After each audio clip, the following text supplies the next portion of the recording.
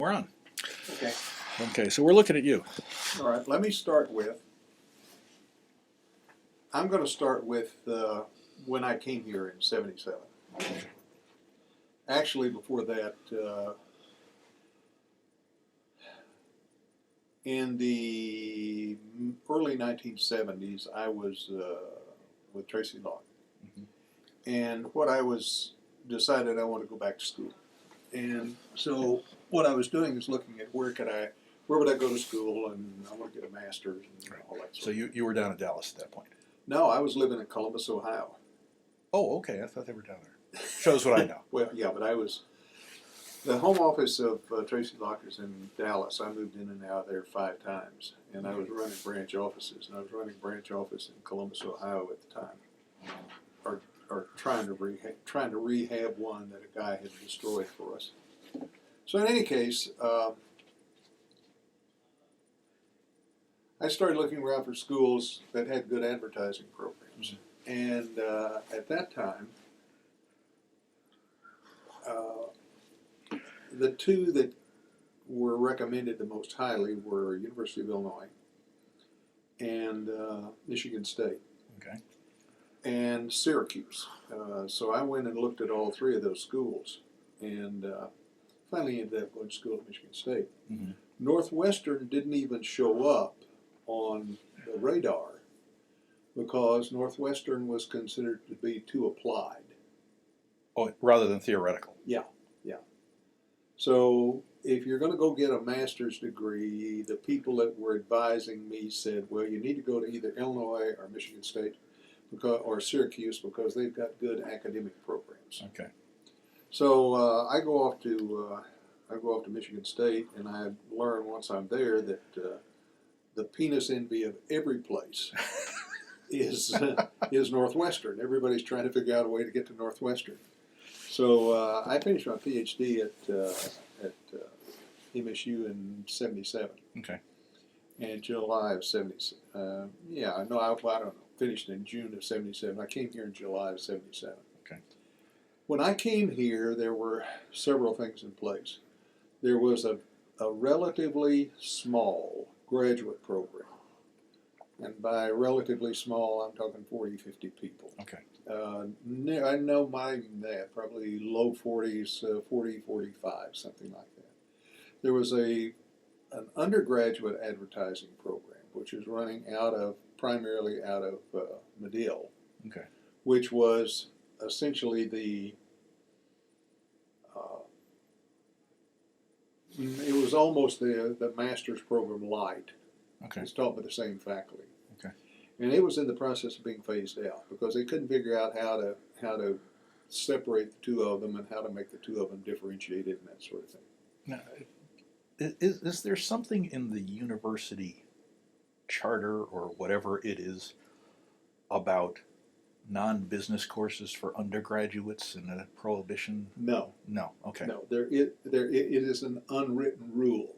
One of those. That you will not have business courses at Northwestern. Lest our students become employable. Well, no, it's not just that, but the whole purpose of this school was liberal arts education. Yes. Mm-hmm. And so there's just sort of been this unwritten rule Right. that we're not going to have business courses Okay. at the undergraduate level. Mm-hmm. So anyway, when I came here in '77, they were in the process of phasing out the undergraduate program, which went away in either '78 or '79. So it's one of the things that happens is it's hard to separate graduate students from undergraduate students because unless you look at their degree, you don't know which program they came out of. Mm-hmm. When I came here, there were 5 faculty, and there was the system was set up. It was a 9-month master's. Okay. So if you had an undergraduate degree in advertising or marketing or business administration, you could come in September, and you would graduate the following June. If you didn't have any background, if you were coming as a rehab or if you'd been a library science major or something like that, you had to come in the summer, and you took 4 courses. Okay. They were 2 5-week sessions. there was a creative course, a media course, a advertising management course, and a research course. So that was essentially to try to get you up to speed to what the others were coming in the fall. Most of, at that time in the graduate program, probably 2/3 were in the summer program and 1/3 came in the fall. Okay. And we never were more than about 40, 45, something like that. There were 5 faculty. Vern Freiberger was the chairman. He had sort of invented the curriculum. He had been over at the old School of Commerce. They all came out of the School of Commerce when they were transferred it all to Medill. And they had joint appointments. So I was the first one that came that was only a journalism appointment. Okay. So I had no tie to Kellogg. The rest of them to the School of Commerce, which all the rest of them did. But there's Freiberger, who was head of the department, and he taught the management courses. There was Jack Scissors, who taught media. Okay. There was Frank, forgotten his name. We could check. Evans, Frank Evans, Okay. who taught research. And when I came here, it was John Amy, who taught marketing management. Okay. So there were faculty of, and I came in and I taught the creative courses and strategy courses. Okay. And let me ask you a couple of questions. Okay. Is this what I've heard this referred to as the ad grad program? Mm-hmm. Is that make sense? Yeah. And as I reach out to people from the 70s and 80s, I'm struck by, well, at least of the unrepresentative group of people who've responded to me. Yeah. How many of them have landed in agencies? And was there more of a preparing you to go downtown and work for Burnett emphasis? The whole focus of this program was to prepare you to go to work in an agency. Okay. If you wandered off into a client company, you were considered a black sheep. Okay. But the whole focus was agencies, and Right. this was really the agency outlet. If you go back and look, the people who came out of here in the 60s, 70s, 80s, yeah, by and large, all went into agencies. About 80% of the students went to an agency. Right. And the whole system was set up to, you graduated from here, then you went into the agency and you went into the agency training program. Right.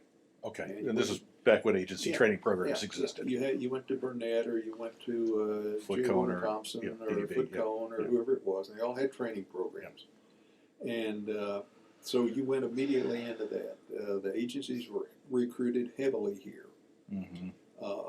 And at the same time, we were running a program downtown, which is what Marty Core has reinvented, that Freiberger started, which was a cooperative program between the 4As and Medill to take young people in the agency and put them through about an 18-week course of campaign management.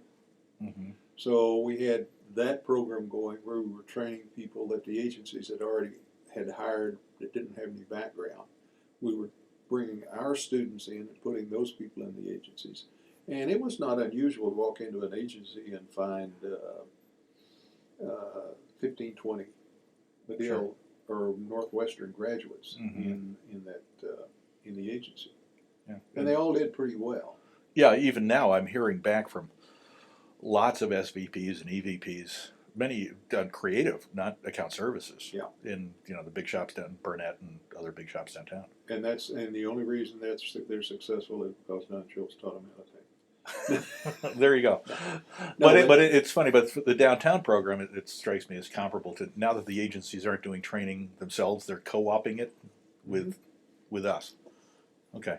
Well, the guy who was teaching creative here, and who left and went to Syracuse, whose place I took, Okay. was a guy named Ed Stevens. Okay. And Ed had been here for maybe 8 or 10 years, something like Okay.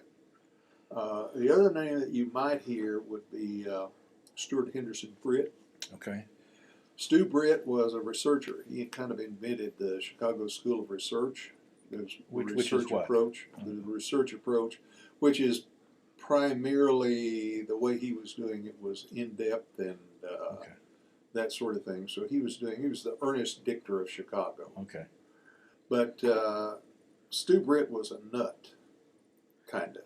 Well, I mean, he was unique to the extent that he every time you see him, he had a Rolls Royce, and he always had two dogs on a leash, two big dogs on a leash, and he wore a Sherlock Holmes cloak, the kind of, and Boy.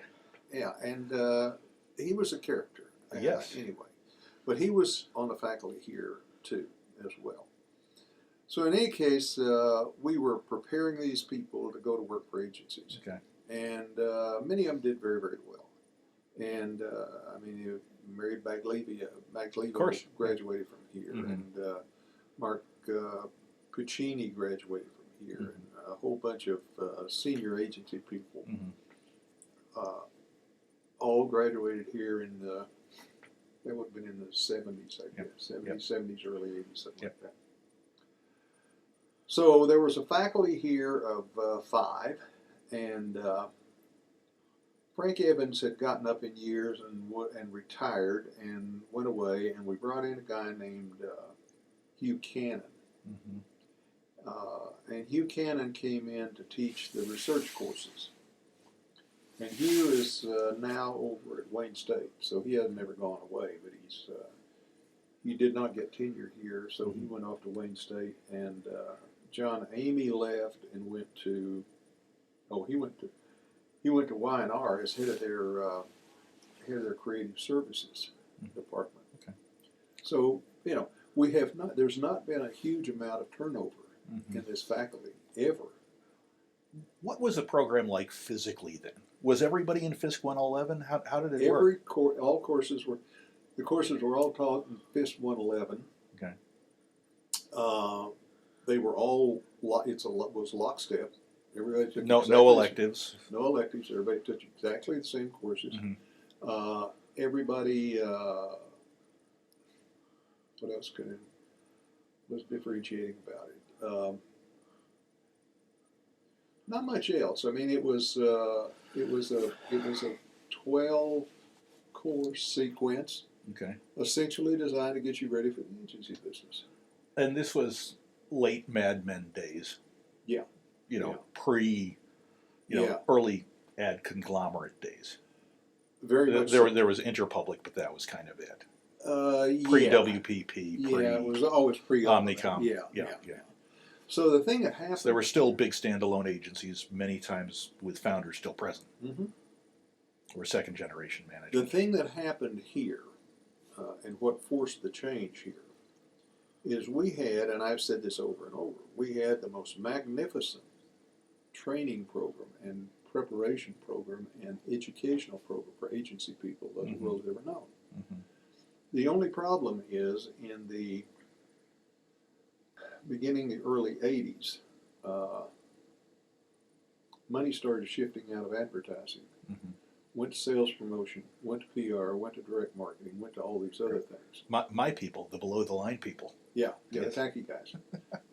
Well, no, this is before direct marketing. This is before the direct marketing people ever did very much of anything. No, it was sales promotion. Sales promotion, it was all sales promotion. Yeah. And there was at that point a question of who did what with who. It created a problem to the extent that what started to happen in the agencies was they started to consolidate. One would buy another. Right. So where we had been placing 2 people at Cunningham and Walsh, whoever bought Cunningham and Walsh had been recruiting 2 other people. So when they combined, they still recruited 2. So what we had was a magnificent product for a declining market. And that's when I became the chair. Okay. And did everybody else take a step back? I don't have the impression that being department chair is a great job. Well, I was very fortunate because we had a unique situation. When I became the department chair, I'd been in the place for about maybe 6 months. And Dick Christian, who was one of the original people at Marsteller, he and Bill Marsteller Yep. founded the old Marsteller agency. Yep.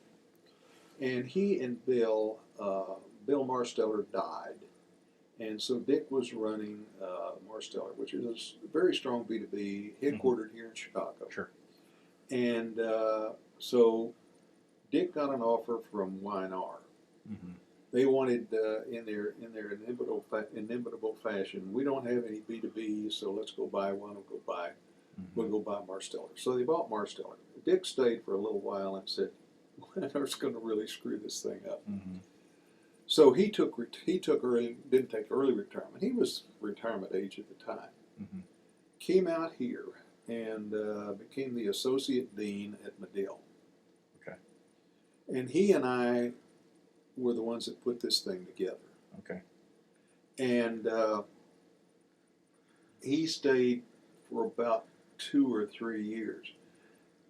He and I came up with the first thing we did is we said we got to do something, we got to add some things to the curriculum. Mm-hmm. Because what we've been teaching essentially was all agency advertising related stuff. Yeah. So we added direct marketing, and that's when Ted Spiegel had been Dick's client Okay. at Marsteller. Ah. And so that's where that connection came from. Mm-hmm. So he came here. We brought in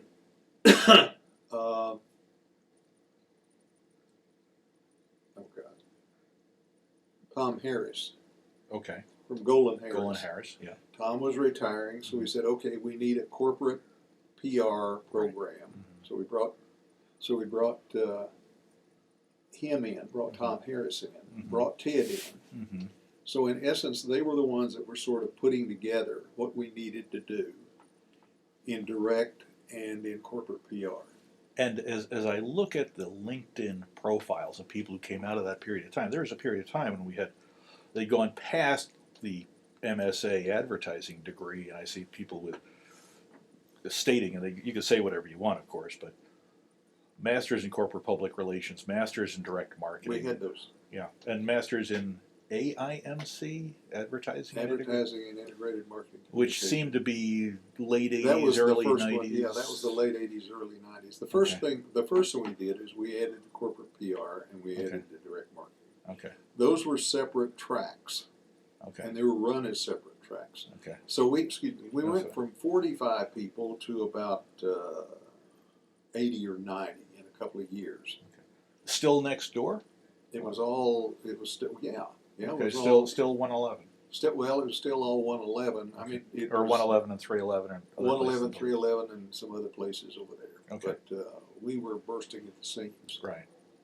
So in any case, we had 3 tracks, and the faculty was very resistant to calling it to going to integration.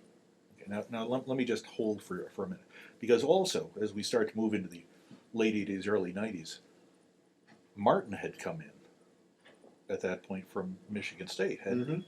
So he was, and the rumors are true, he was your graduate assistant over there? No. Oh, okay. Well, because we've all been wondering where Martin came from. Well, he came from Michigan State. Okay. All right.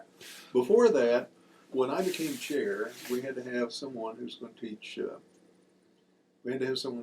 Creative. Okay. Because I'd been teaching creative.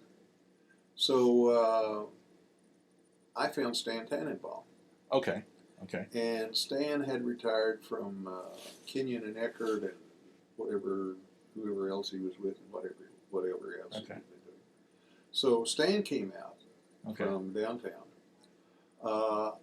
I found Lisa Fortini Campbell. Sure. To teach consumer behavior. Okay. So I brought her in. She was in the agency business. Yeah, she was at Riney at that point, I think. Yeah, she was head of Riney, yeah. and either she got kicked out or she decided that she couldn't deal with Riney anymore. Yeah, okay. Anyway, she left. And she was floating around and called me and said, I'd like to come out and talk to you, because she had a PhD from this. She has a PhD from University of Washington. So she was a consumer behavior person. And took a wrong turn into the agency business. No, she was research at Okay. Lear Burnett, Okay. and she was at Burnett for like 10 years. And then I don't know how she got in. But I think she would tell you that she took a wrong turn to get into writing. Okay. But that's another story. So I brought her in, and then we brought in Tom Harris and Ted Right. and When- Ray Ewing. Well, Paul was here in the mid '80s. I mean, he was just a couple of years out of the program, wasn't he? Well, Paul has an undergraduate. Well, no, he didn't have an undergraduate. Paul was Paul has a master's degree from here. Yeah, right. And he wanted to get a PhD. Right. So I went over to the School of Communication and made a deal with the comm people. And I said, we don't have a PhD program, but I've got a guy that I want to put in a PhD program. Okay. And I said, we'll do this. You teach him his research sequence, and we'll do all the rest of the content stuff over here, Okay. which we did. Mm-hmm. So Paul went through that. His wife went through that. Okay. That's where he met his wife. Okay.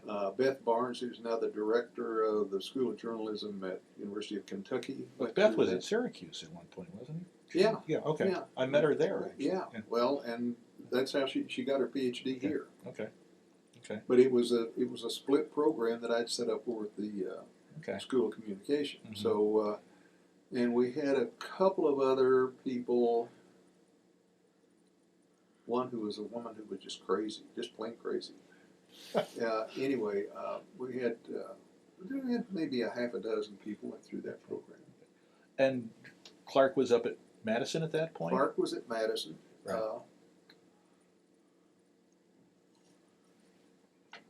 So I was the chair. Yeah.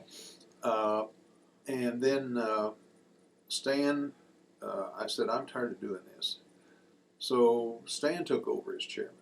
Okay. So Stan ran the program for maybe 3-4 years. Mm-hmm. And then about that time, Martin was the chairman of the advertising department of Michigan State. Oh, I didn't know that. Yeah, he was head of the advertising department there. Okay. He was like 1,500 students over there in that undergraduate. Wow. Yeah, it was a huge program at that time. Anyway, he said, I don't really want to deal with this anymore. I said, well, why don't you come on over here? So he came here. Okay. And Did you know Martin from your Michigan State days? he and or I was this he and I were in a PhD program together. Okay. So Okay. we've been together. Okay. There We've you been ever since we were in a PhD program. Got it. And he was one year ahead of me. Okay. Okay. So I was his graduate assistant, if there was. Oh, okay. Yeah, I knew there was some Michigan State connection. I didn't understand. So if there was that sort. But so then Martin came here from Michigan State, Okay. and then we hired Clark. Okay. Because Tom Harris had decided he didn't want to keep doing this, and he wanted to go off and whatever Tom Harris does. So he left, and we hired Clark. Mm-hmm. And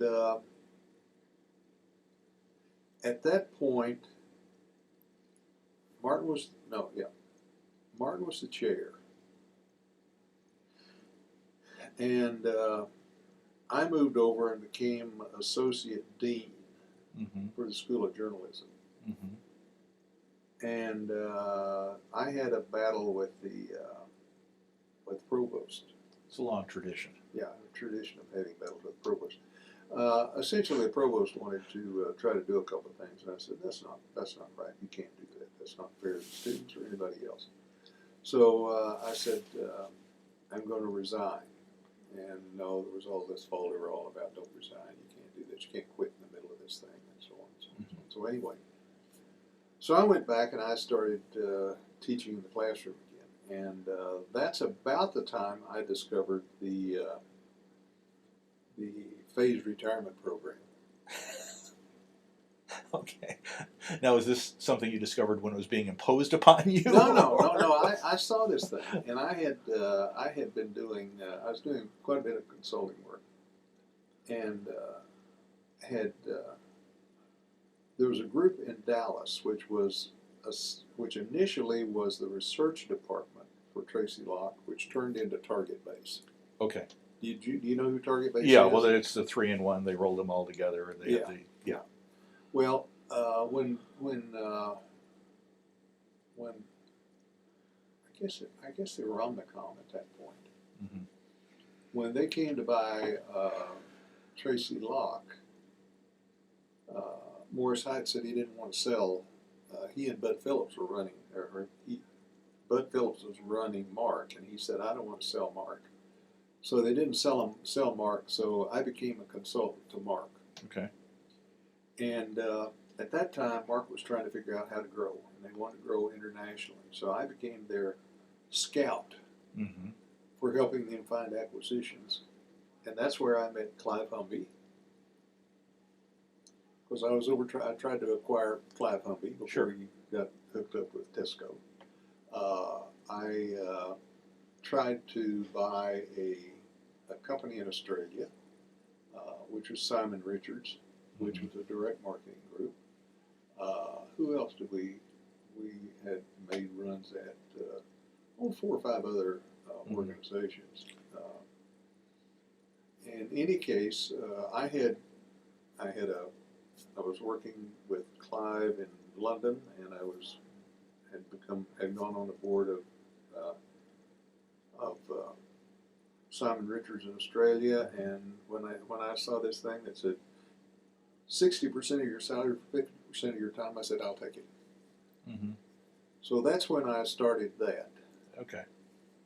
Uh, But let me loop around back here, because we're now at a point where, let's say we have 3 forces coming together, yeah, and you're standing in the middle, and you've just talked about them. We've got globalization, yeah, demanded by, the global presence of essentially American brands and trying to figure out what to do overseas. yeah. Simultaneously, you've got the financialization of what was the agency business. I called it the MBA. Right, where basically the Sachis moved in and showed that they could manage the money better than the founders, Yeah, yeah. and were able to take the founders off the block and Yeah. roll them up into conglomerates. Yeah, that's what they do. And finally, you've got all of this technology stuff, the data stuff, which where, in my part of the world, we went from junk mail to database marketers in about 8 or 10 years. About 30 minutes. Yeah, but we were the only people who had the conceptual framework to deal with Yeah. all this new Yeah. technology, Yeah. and everybody else had to deal with it. Yeah. And there were kind of client demands to deal with that stuff too. Yeah. So that now, very rarely does it matter that I'm still out of New York, but in that case, so we see people talking about, like Ogilvy would talk about Ogilvy orchestration, Weinar had the whole leg. the whole leg. Meanwhile, in Chicago, where the organizational alignment, the ownership structure, wasn't nearly as aligned as it was in New York, the acquisitions, here you are. And then what happened? Well, the way we got to integration was fairly simple. I got a call from Keith Reinhardt. Okay. John O'Toole was still running the 4As at that time. Okay. And John was a graduate of Northwestern. Oh. It's all incestuous. Man, I mean. So anyway, John was heading the 4As, and Keith Reinhardt, who was at DDB at that point, was the chairman for that term, for that year, or whatever it is. And at that point, and pardon me, but this is pre-Omnicom, it was really Needham, but DDB Needham went together, right? Yeah. So he ended up, okay. Yeah. So it's Chicago based. Yeah, Chicago based. Right. Anyway, he calls me. Keith called me and said, "We got a problem." He said, we're in the agency business, and we're really struggling. We've gone out and bought the PR agencies. We've got the money. We bought the PR agency. We bought the direct marketing agency. We bought all of these guys. Right. We bought a ton of these things. We don't know what the hell to do with them. He said, "We know they need to be put together. We need to find some framework would you be willing to help us? And that's how this thing all started. It was the agencies that were driven by the agencies who couldn't figure out what the hell to do. Now that we've bought it, what do we do? Yeah, what do we do with it now? We got money, let's buy one, and then we'll try to figure it out. That's the typical agency approach. Let's buy it, and then we'll try to figure it out. So anyway, it came out and said, we had 2 or 3 meetings, and they said, would you be interested in helping? Well, we had been struggling with the same problem here.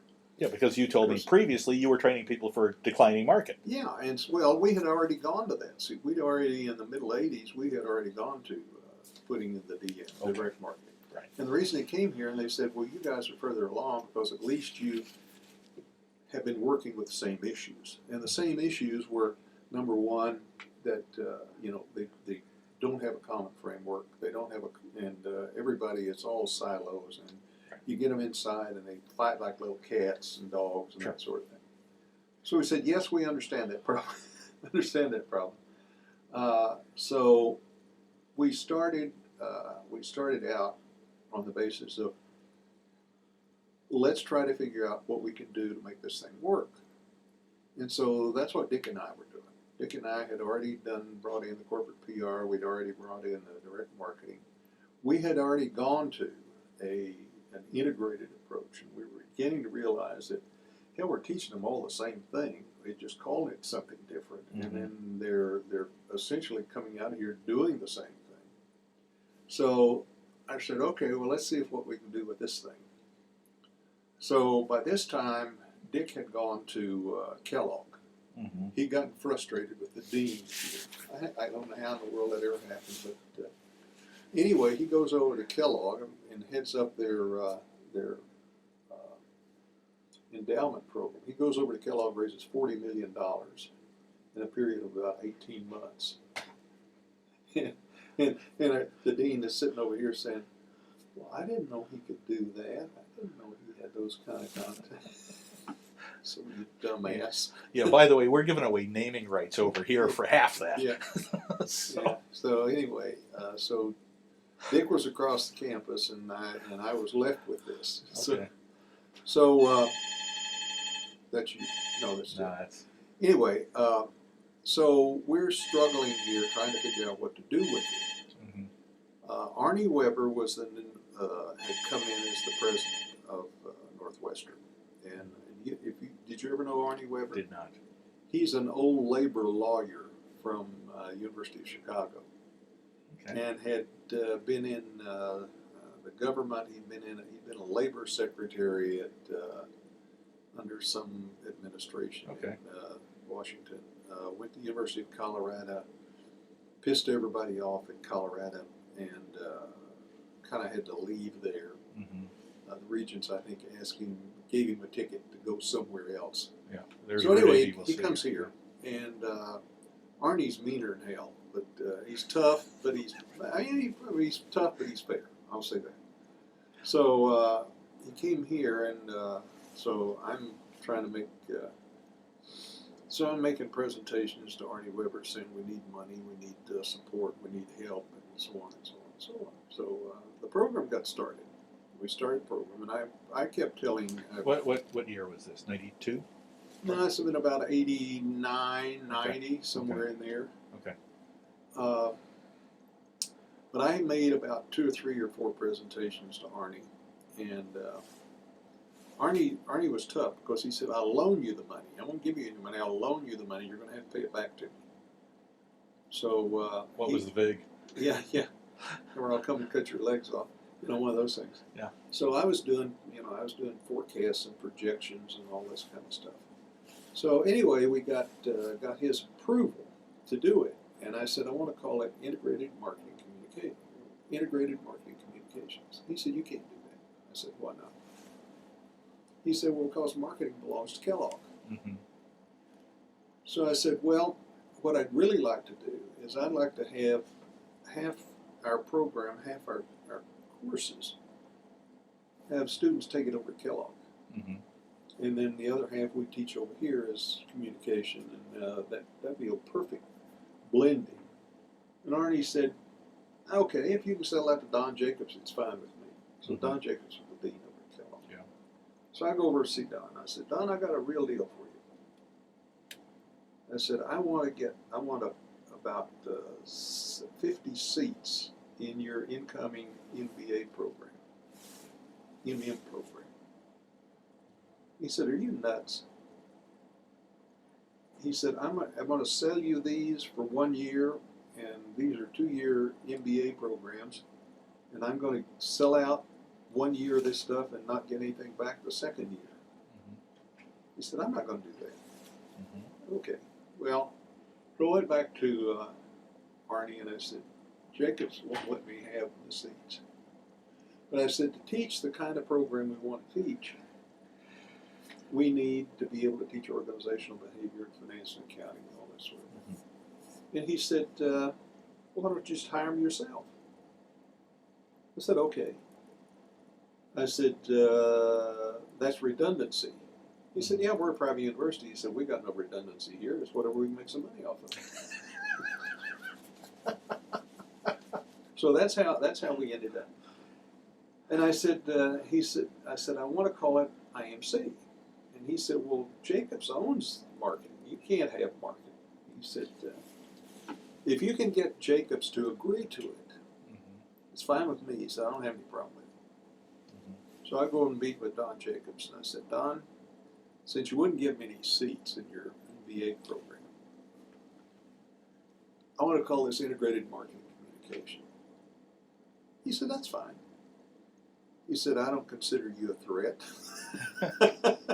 Thank you. And I said, I don't think I'm a threat to you either, but in any case, so that's how we ended up with integrated marketing communication. So, because I negotiated all of this stuff. Yes. In retrospect, there was supposed to be a tremendous theoretical breakthrough, but this being Chicago, it was a deal. It was a deal. It was a real deal.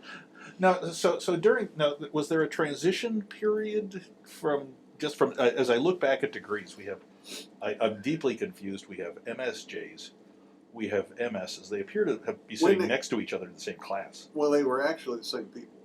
Okay. We had MSAs. Yes, those I know. When we went to an integrated program, you either got an MSA, you got an MSDM, an MS CPR. Right. And those who didn't do any of those got an MSJ. Okay, which used to be the generalist track or something like that. Yeah, it was the generalist track. Okay. So you come in and you could go down one of 3 tracks, or you could become a generalist. The generalist idea was that if you have 6, 8, 10 years of experience, we're going to set you off over here on the side, and you can we're going to work with you, let you take what you need to take, and that sort of thing. We had some brilliant concepts that were never executed very well. That was part of the problem. Okay. So we got into the early part of, we had our first class graduated in 91. Okay. They came out as MSIAMC. Yes. And it was because integrated advertising and marketing communication. Because the faculty was afraid that no one would hire anyone that had a marketing communications background. So it had to say the word advertising. It had to say advertising. And so that went on for maybe 3 or 4 years. Okay. And then it evolved into an MS. Yeah. IMC. Right. So we're still seeing and that was from the medium early 90s on. It seems that everybody came through with IMCs. Yeah, There's a period when it's quite hard to tell our people apart from about the editorial people. About 95, 96, that switched over to MS IMC. Okay. Now, as I look back on the people who were going through the program then, and it probably reflects the output of the program. We're not sending you down to Burnett. We're sending you out to work for global corporations. Well, this was the big change. Yeah. The big change in all of this was that we had an increasingly expensive degree. Okay. And agencies simply wouldn't pay. My very first conversation with Ted Spiegel and Paul Wang back in the 80s, when I was in the agency business, was explaining to them how I simply couldn't afford to hire And that's their part, people and put them in as account supervisors. that's part of the problem. That was the It problem. didn't work. So the agencies would never, ever raise their salaries. Mm-hmm. So we just kind of veered off into corporate land, Mm-hmm.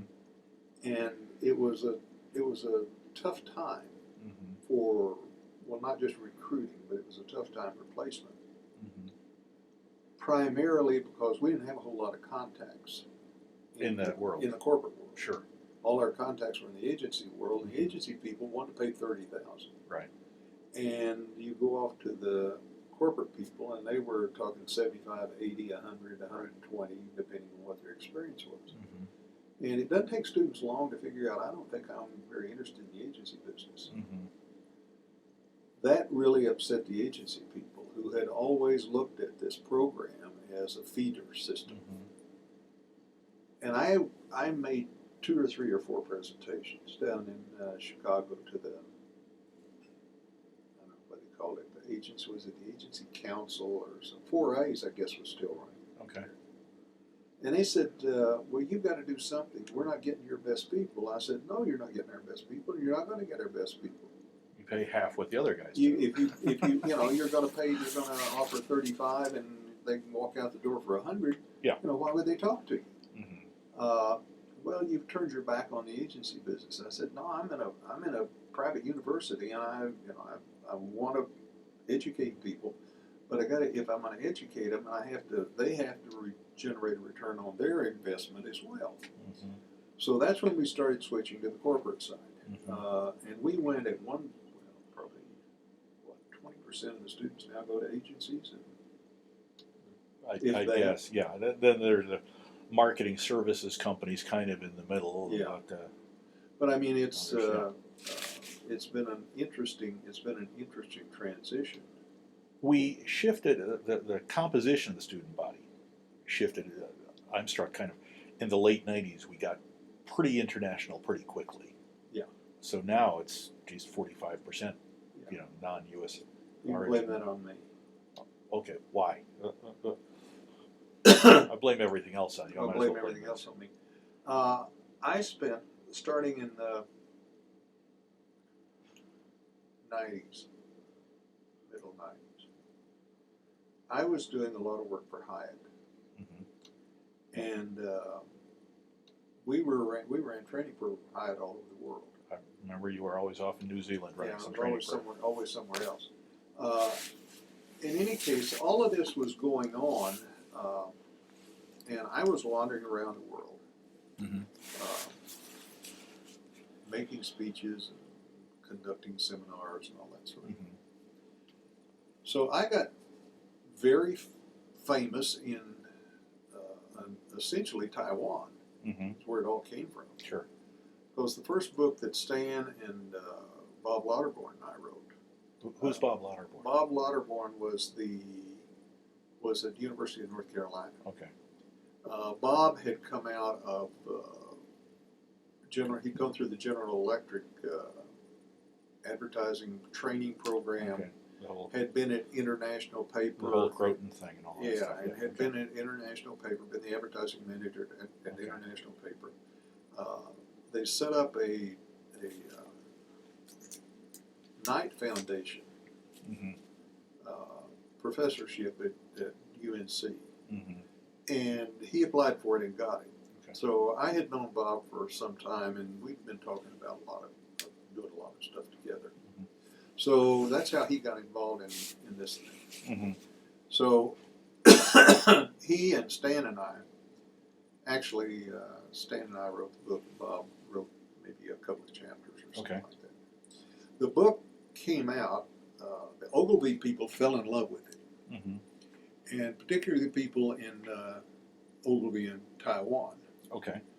And they translated it, and translated it almost immediately after it came out in the U.S.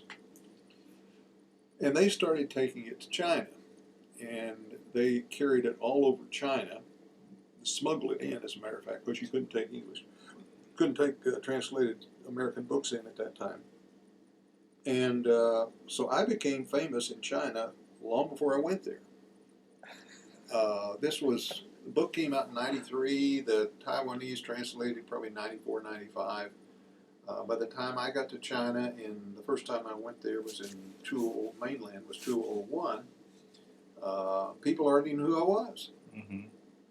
So, oh yes, integration, we all love integration, so on and so on and so on. And much of it was because of the holistic nature, is Sure. bring it all together, and that's pretty much the culture. Mm-hmm. So I was running around in China. I had been doing a lot of work for IBM and a number of other people in Hong Kong prior to the turnover, before they all headed off to Singapore. Right, right. So I was pretty well known in Asia, Asia Pacific, Australia. Had done a lot of work in Europe. Mm-hmm. So and you have an appointment down in Queensland. well, I have an appointment in Queensland. Yeah. Have one in Finland. We'll have one in Cranfield. Mm-hmm. So anyway, if you want to blame the influx of foreign students on Sure. me, on somebody, you blame it on me. No, well, for years I'd simply assumed that everybody who came from Taiwan was Paul's niece or nephew, because we had No. so many coming out of Fujian Catholic. No, well, I mean, he had something to do with that. But hello, Oh, hi. hi I have there. an appointment with you? Yes, you do. At 3:00. And we're over. Okay. This was, Wait, I'll be with you in just a minute. we got to call this part one. It's like, Okay. Okay. Okay. You gonna write the book? no, I don't have a book in me. I leave that to you guys. Does that help you? Yeah. Jesus. Here's the thing. It was one of the things about the Lasker thing last year, where we are so ahistoric, Oh, yeah. and everybody thinks, it's not that they think Mad Men's a documentary; they think Bewitched is a documentary. Yeah. We have no idea where this stuff came Yeah. from or what it is we're building on. Yeah.